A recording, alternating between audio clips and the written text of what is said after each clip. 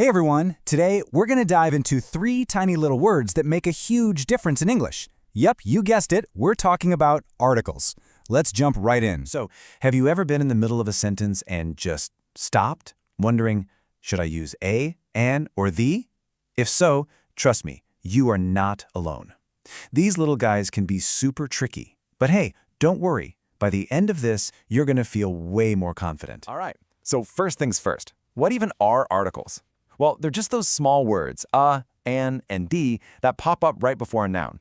And their whole job, really, is to signal whether we're talking about any old thing or one specific thing. Let's kick things off with a and an. We call these the indefinite articles. The key thing to remember is that you use them when you're talking about just one thing, but it's not a particular one. It's kind of like saying one out of a bunch. So if you say, I saw a child, it just means you saw some child, not a specific one we already know about. So, the big question is, when do you use a and when do you use an? Here's the #1 rule, and it's super important. It is all about the sound the next word makes, not how it's spelled.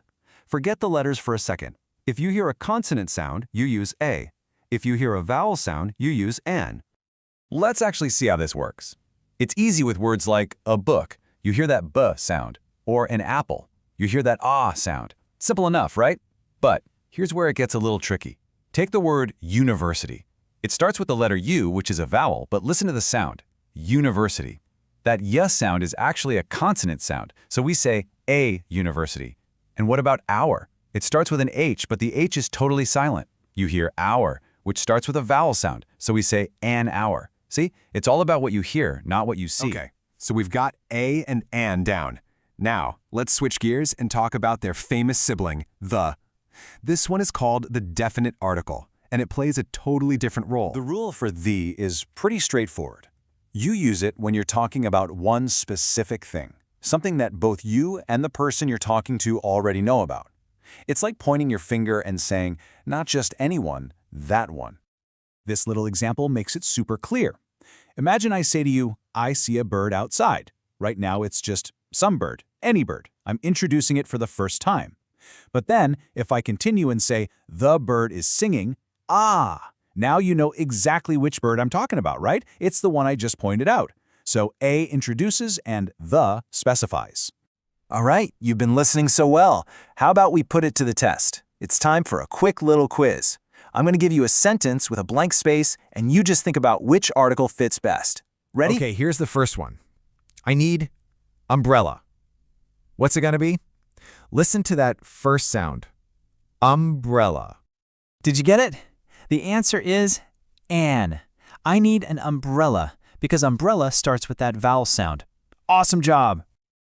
Okay, let's try another one. She is doctor. A or an? What do you think? Yes, it's a doctor. That d sound in doctor is a classic consonant. You are totally getting this. All right, last one for the quiz. This is a two-parter. We have a cat, blank. Cat is very friendly. What goes in that blank? And the answer is the. The cat is very friendly. Why? Because we're not talking about any random cat anymore. We're talking about the specific cat we just introduced in the first sentence. Fantastic work. Okay, before we finish up, I wanted to give you a little cheat sheet. Think of it as your quick reference guide to everything we just talked about. So let's just recap the big ideas. When you're talking about one non-specific thing, you'll use a or an. Remember to listen for the sound. When you mean a specific, particular thing, you'll use the. And hey, here's a little bonus tip for you. If you're talking about stuff in general, especially plural things like saying, I love cookies, you usually don't need any article at all.